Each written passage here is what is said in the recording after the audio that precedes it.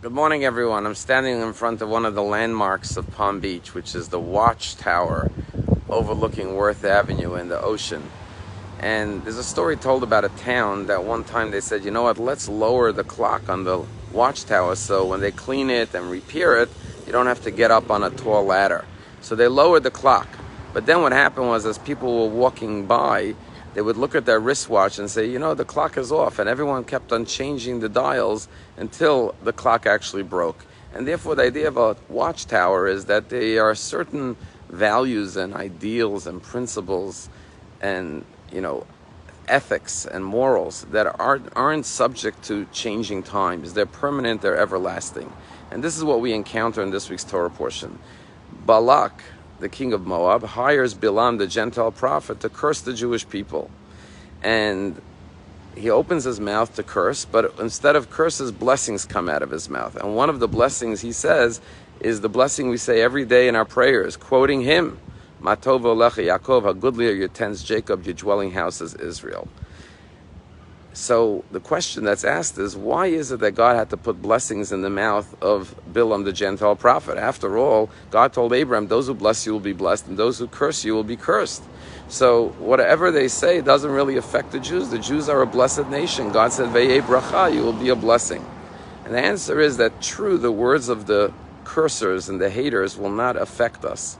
But what they may affect is our morale, meaning if we believe their curses about ourselves, that will lower our morale and our perspective of who we are, and that will alter and affect our course of action and behavior. And therefore, for the sake of the Jewish people having a strong morale, God only allowed blessings to emanate from the mouth of Bilam, the Gentile prophet. And I think this lesson is so relevant. Starting in our country, today there's so many troubling, disturbing events going on, especially after all the mass shootings. And the media and all of us tend to just focus on all the negative. And why that's very dangerous is because if we start not believing in ourselves and seeing our good, our morale as a nation will be lost. And when we see people today who are saying we shouldn't be proud to be American, that has a very damaging effect on our psychological mindset and self-confidence, and that could truly demoralize us and lead to the decline of our nation. What we have to remember is that the overwhelming majority of Americans are good people. For every act of evil, there's millions of acts of kindness and goodness. And therefore, within ourselves and within our society, we have to focus on the good as well. We have to keep a balance between realizing the problems, but at the same time, celebrating who we are and all the goodness that prevails in our country. The same thing is true with the Jewish people. With all the anti-Semitism and all the hatred against Jews, it's easy for a Jew to lose faith in who they are, which, God forbid, could lose in our effect, our confidence and our ability to be agents of good in this world. And that's why going to Israel is always a tremendous highlight for myself and anyone else, because when we go to Israel, we see facts on the ground, firsthand, the miracles, the blessings of Israel. Dini's in Israel now, and she told me that one of the speakers who spoke to them on the group said, if you ask a Jew, what's the history of Israel? They'll say 1948, Independence War, 1967, Six-Day War, 1973, Yom Kippur War. They'll list all the tragedies, all the hardships, all the wars, which is very negative.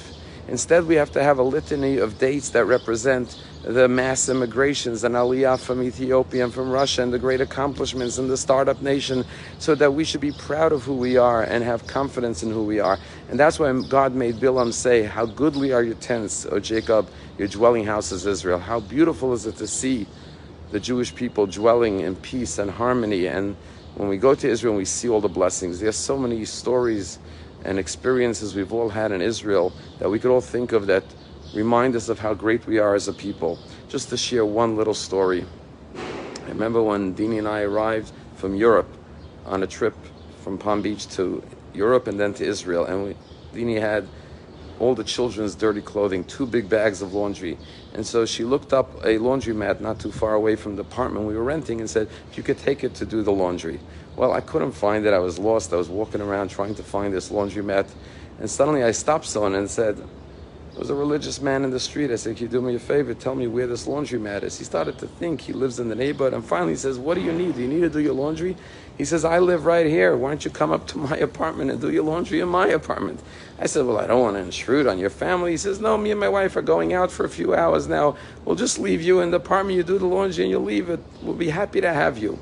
Well, I didn't actually accept his offer, but he was so sincere and genuine. And I said to myself, tell me anywhere else in the world that a complete stranger on the street will say, come into my apartment, I'll leave you there for a few hours, do your laundry, and everything is good.